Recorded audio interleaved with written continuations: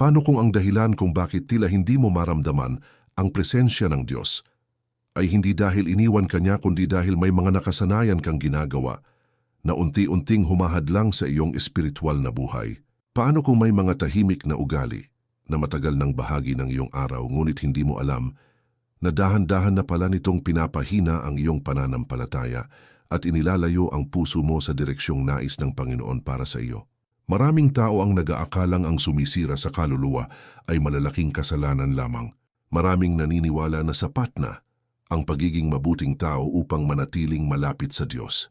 Subalit may mga bagay na halos hindi napapansin ng karamihan dahil karaniwan na silang bahagi ng pang-araw-araw na pamumuhay. Dahil sa pagiging pamilyar ng mga gawaing ito, ay madalas na hindi na nakikita ang pinsalang na idudulot ng mga ito sa espiritu. Nagbabala ang salita ng Diyos tungkol sa mga panganib na nagsisimula sa maliliit na bagay. Kahit ang isang maliit na butas ay maaaring magpalubog ng malaking sasakyang pandagat kapag hindi agad napansin. Ganyan din ang nangyayari sa buhay pananampalataya ng isang tao kapag hinayaang manatili ang mga ugaling nakakasira sa kanyang kaugnayan sa Panginoon. Bawat hindi magandang nakasanayan ay maaring maging dahilan ng unti-unting paglamig ng debosyon. Sa Book of Song of Solomon, chapter 2, verse 15, mababasa ang mga salitang, "Catch us the foxes, the little foxes that spoil the vines."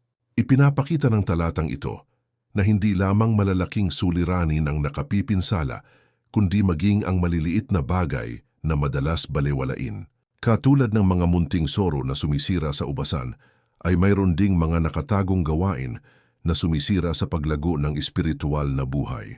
Napakahalaga ng paalalang ito, lalo na sa panahon kung saan maraming tukso ang madaling makapasok sa puso ng tao.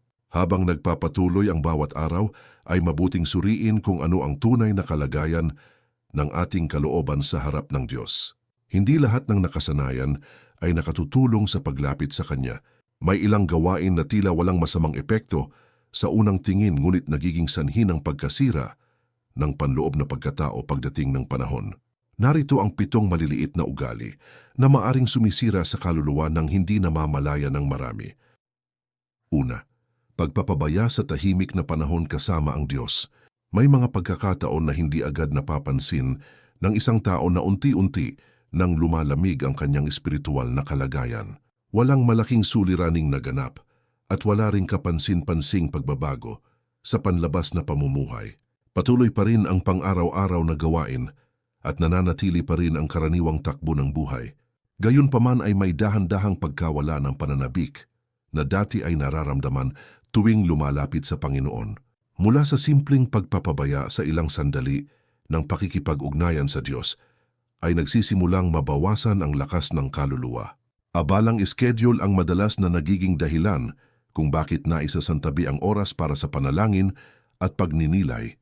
Lumilipas ang maghapon na walang pagkakataong mapakinggan ang direksyong nagmumula sa langit.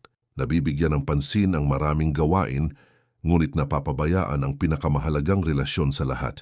Kapag naging bahagi na ng nakasanayan ang ganitong kalagayan, ay nagiging pangkaraniwan na lamang ang espiritual na pagkauhaw. Doon nagsisimulang mabawasan ang kapayapaan na tanging Diyos lamang ang nakapagbibigay. Mababasa sa Matthew 6 verse 33 ang mga salitang, "But seek ye first the kingdom of God, and His righteousness, and all these things shall be added unto you."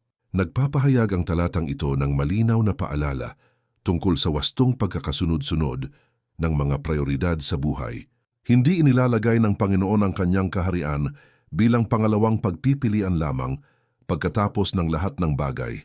Nararapat siyang mauna bago ang anumang alalahanin, ambisyon o personal na hangarin. Kapag nabibigyan siya ng pangunahing lugar sa puso ng tao, ay mas nagiging malinaw ang landas na dapat tahakin.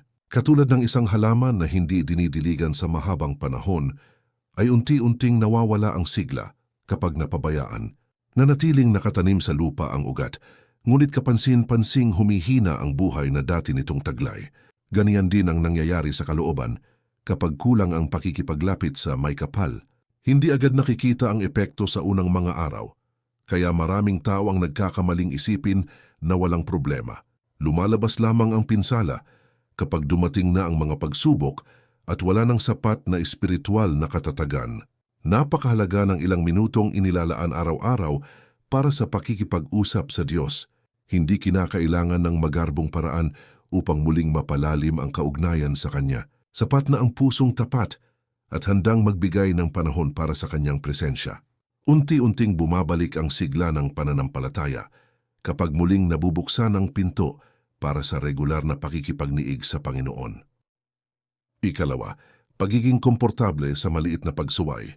Hindi naman agad nagsisimula ang pagbagsak ng isang tao sa pamamagitan ng malalaking pagkakamali. Karaniwan ay nagsisimula ang lahat sa mga mumunting paglabag na tila walang gaanong epekto sa unang tingin. Isang beses na pagbaliwala sa konsensya ay maaaring humantong sa panibagong pagbaliwala kinabukasan. Dahan-dahan na lamang nasasanay ang pagkatao sa mga bagay na dati niyang iniiwasan. Kalaunan ay nawawala ang dating pagiging sensitibo sa mga babala ng Diyos. May pagkakataong malinaw nang alam ng isang individual ang tama ngunit pinipili pa rin ang kabaligtaran dahil mas madali o mas maginhawa. Nabubuo ang pag-aakalang walang masamang mangyayari basta walang nakakakita. Nananatiling tahimik ang paligid, kaya nagiging kampante ang damdamin. Gayong bawat pasya ay may naiiwang marka sa panloob na kalagayan ng tao. Unti-unting nababago ng paulit-ulit na pagsalungat. Ang direksyong dapat sana ay sinusundan. Mababasa sa James 4 verse 17 ang mga salitang, "Therefore to him that knoweth to do good, and doeth it not, to him it is sin." Malinaw na ipinapakita ng talatang ito na hindi lamang masasamang gawa ang dapat bantayan, kasama rin sa pananagutan ang hindi paggawa ng mabuti kapag alam ng iyon ang nararapat. Ipinauunawa ng kasulatan na mahalaga sa Diyos ang bawat pasyang ginagawa ng tao araw-araw. Walang napakaliit na pagsuway na hindi napapansin ng kanyang mga mata. Katulad ng isang maliit na bitak sa matibay na pader ay maaaring lumawak kapag pinabayaan sa mahabang panahon. Hindi agad bumabagsak ang buong istruktura sa unang araw ng pagkakaroon ng siwang. Subalit patuloy na lumalala ang pinsala habang lumilipas ang panahon. Ganiyan din ang epekto ng mga paulit-ulit na paglihis sa kalooban ng Panginoon. Nagsisimula sa tila walang kabuluhang desisyon, ngunit maaring humantong sa mas malalim na pagkakalayo sa Kanya. Banal na pamumuhay ang nais ng Diyos para sa Kanyang mga anak. Kailangan ng katapatan, kahit sa mga bahagi ng buhay na walang ibang nakakakita. Naroon nasusukat ang tunay na pag-ibig at paggalang sa Panginoon. Bawat pagpiling na ayon sa Kanyang kalooban ay nagpapalakas sa karakter at espiritual na katatagan. Ikatlo, labis na pagkakapit sa mga bagay ng mundo. Madaling maakit ang damdamin ng tao sa mga kumikislap na pangako ng mundong ito. Mararangyang pag-aari, mataas na katayuan at papuri mula sa kapwa ay kadalasang nagiging sentro ng paghahangad. Lumalalim ang pagnanasa habang patuloy na nakatuon ang paningin sa mga panandaliang kasiyahan. Nabubuo ang paniniwalang ang tunay na tagumpay ay nasusukat lamang sa dami ng natatamo. Unti-unting natatakpan ng mga makamundong mitiin ang mga bagay na may walang hanggang halaga. Kapag mas nabibigyan ng puwang ang material na hangarin kaysa sa espiritual na paglago, ay nagkakaroon ng malaking pagbabago sa direksyon ng buhay. Nauubos ang lakas sa paghahabol ng mga bagay na hindi naman madadala sa kabilang buhay. Nabibigatan ang kalooban dahil walang katapusang paghahangad ang nabubuo sa puso. Bawat bagong nakukuha ay sinusundan agad ng panibagong pagnanais. Dahil dito ay hindi nararanasan ang tunay na kasiyahang nagmumula sa Panginoon. Mababasa sa 1 John 2 verse 15 ang mga salitang "Love not the world, neither the things that are in the world." Nagbibigay ang talatang ito ng malinaw na babala laban sa sobrang pagkahumaling sa mga bagay na lumilipas. Hindi nangangahulugan na masama ang magkaroon ng pangangailangan o pag-aari.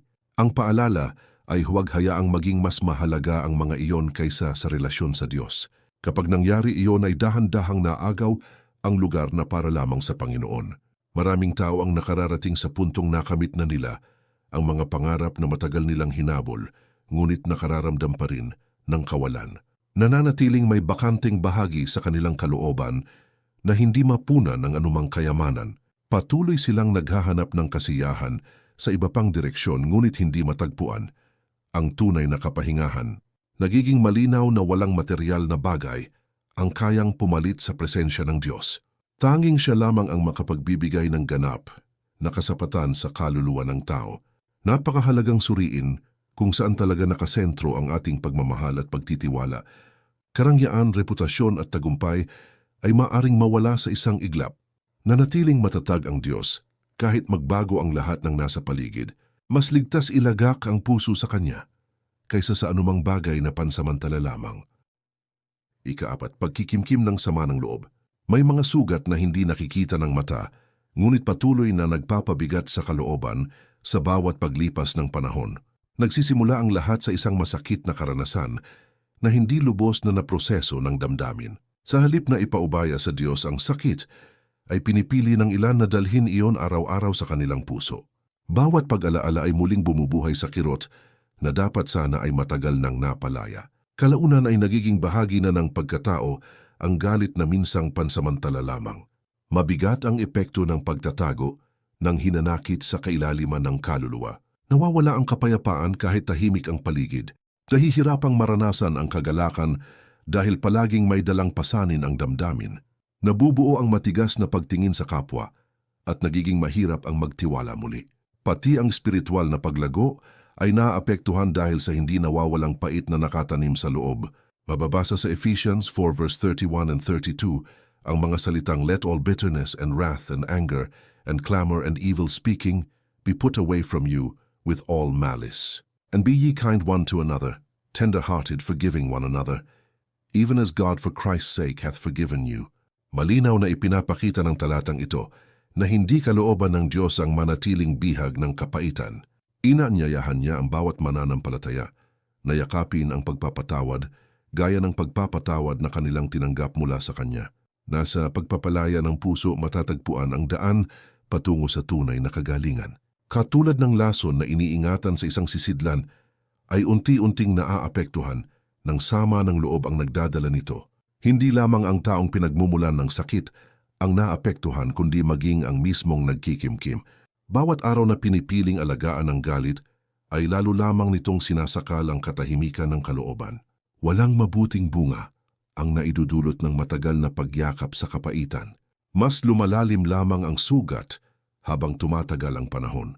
Napakagandang biyaya ang kakayahang magpatawad kahit hindi madali ang proseso. Hindi nangangahulugan ang pagpapatawad na tama ang nangyaring pananakit. Nangangahulugan lamang na ibinibigay na sa Diyos ang karapatang humatol at magbigay ng katarungan. Ika-5, paghanap ng pagpapatunay mula sa tao higit sa Diyos. Maraming desisyon ang naaapektuhan ng kagustuhang matanggap at mapuri ng ibang tao. Nagiging mahalaga ang opinyon ng paligid hanggang sa halos doon na umiikot ang pagpapahalaga sa sarili. Bawat kilos ay sinusukat ayon sa magiging reaksyon ng iba sa halip na ayon sa kalooban ng Panginoon. Dumarating ang yugto kung saan mas pinipili ang kasikatan kaysa katapatan sa katotohanan. Unti-unting nawawala ang kalayaang mamuhay para sa Diyos kapag labis nang nakadepende sa pag-apruba ng kapwa. Madalas na nagsisimula ang ganitong ugali sa simpleng paghahangad na magustuhan ng lahat. Walang masama sa pagnanais ng maayos na pakikitungo sa kapwa. Nagiging mapanganib lamang kapag ang pagkilala ng tao ang nagiging sukatan ng sariling halaga. Kapag may pumuri ay masaya ang pakiramdam, ngunit kapag may bumatikos ay agad ding bumabagsak ang loob. Nagiging marupok ang emosyon dahil nakatali na ito sa pabago-bagong pananaw ng mundo. Mababasa sa Galatians 1 verse 10 ang mga salitang, "For do I now persuade men or God? Or do I seek to please men? For if I yet please men, I should not be the servant of Christ." Nagbibigay ang talatang ito ng matinding hamon sa bawat mananampalataya. Hindi maaring maging sentro ng buhay ang pagnanais na palugdan ang lahat ng tao. May mga pagkakataong ang pagsunod sa Panginoon ay hindi sasang-ayunan ng karamihan. Nararapat na manatiling matatag ang paninindigan kahit salungat ang opinyon ng paligid. Parang anino ang papuri ng tao na mabilis lumitaw at mabilis ding mawala. Maaring itaas ng marami ang isang tao ngayon, ngunit kalimutan din siya kinabukasan. Hindi matatagpuan ang tunay na kapanatagan sa mga salita ng mga taong bago ang damdamin. Mas matibay ang pagkakakilanlan na nakaugat sa pagtingin ng Diyos kaysa sa anumang pagkilala mula sa sanlibutan. Doon nagmumula ang kapanatagang hindi naapektuhan ng pagtanggap o pagtanggi ng iba. Napakahalagang alalahanin na ang halaga ng isang tao ay hindi nakabatay sa dami ng humahanga sa kanya. Hindi rin nasusukat ang kanyang kabuluhan sa lawak ng impluwensya o kasikatan. Nakikita ng Panginoon ang mga bagay na hindi kayang makita ng iba. Pinahahalagahan niya ang katapatan kahit walang nakakapalakpak o nagbibigay ng pagkilala. Kapag Diyos ang pangunahing pinaglilingkuran, ay nagiging malaya ang puso mula sa tanikala ng paghahanap ng pag-apruba ng tao. Ika-6, pagpapabaya sa pasasalamat. Hindi laging nagsisimula ang paglayo sa Diyos sa pamamagitan ng hayagang pagsuway. Kung minsan ay dumarating iyon sa anyo ng unting pagkawala ng pagpapahalaga sa mga biyayang tinatanggap araw-araw, nasanay na lamang ang marami sa mga pagpapalang dati nilang ipinagdasal ng buong puso. Naging pangkaraniwan ang mga regalong nagmula sa kabutihan ng Panginoon. Dahil dito ay nababawasan ang paghanga sa kanyang patuloy na pagkilos sa buhay. Kapag nangingibabaw ang pagrereklamo, ay madaling makaligtaan ang mga dahilan upang magpasalamat. Mas napapansin ang kakulangan kaysa sa mga biyayang patuloy na dumarating.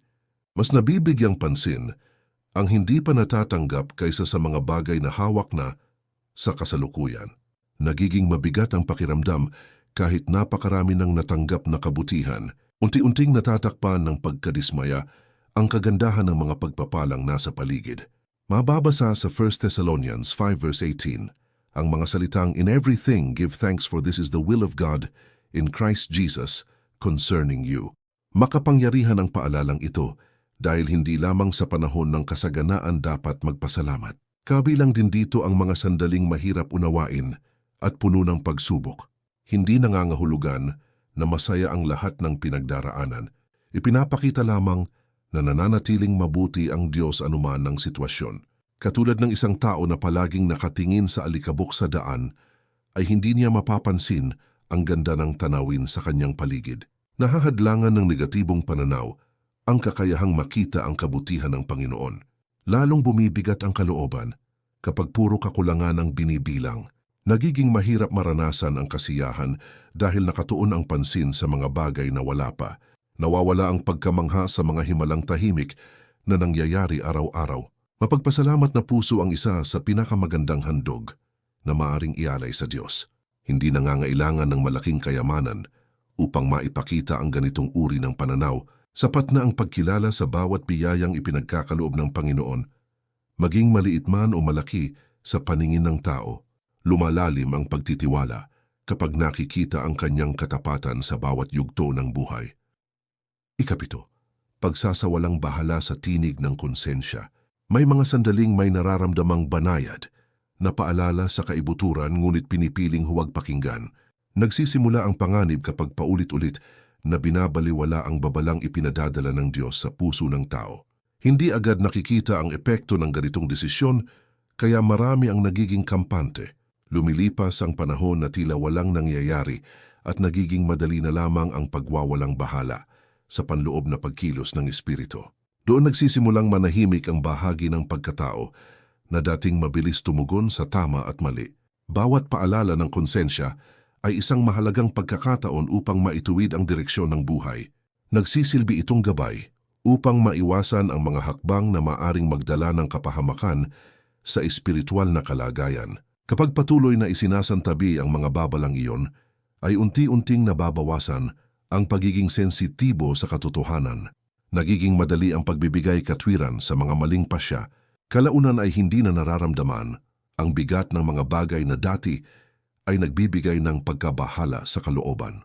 Mababasa sa 1 Timothy 4 verse 2 ang mga salitang speaking lies in hypocrisy, having their conscience seared with a hot iron. Napakalalim ng babalang nakapaloob sa talatang ito. Ipinapakita nito ang posibilidad na maging manhid ang konsensya kapag patuloy na hindi pinakikinggan ang tinig ng Diyos. Hindi agad nangyayari ang ganitong kalagayan sa isang araw lamang. Bunga ito ng paulit-ulit na pagtanggi sa mga paalalang dapat sana ay sinusunod. Katulad ng isang kampanang paulit-ulit na pinapatunog upang magbigay babala, ay may layunin ng bawat pagkilos ng konsensya. Kapag pinili ng isang tao na huwag pansinin ang tunog nito sa bawat pagkakataon, ay darating ang oras na hindi na niya bibigyan ng halaga ang anumang babala. Nawawala ang kakayahang makilala ang mga panganib na dati ay malinaw na nakikita. Mas nagiging madali ang paglihis sa tamang landas dahil wala nang pakialam ang panloob na pagkatao. Malaki ang pinsalang maaring idulot nito sa relasyon ng tao sa Panginoon. Napakahalaga ng pagkakaroon ng pusong handang tumugon kapag nangungusap ang Diyos. Mapagpakumbabang pagtanggap sa kanyang pagsaway ang isa sa mga palatandaan ng tunay na espiritual na paglago.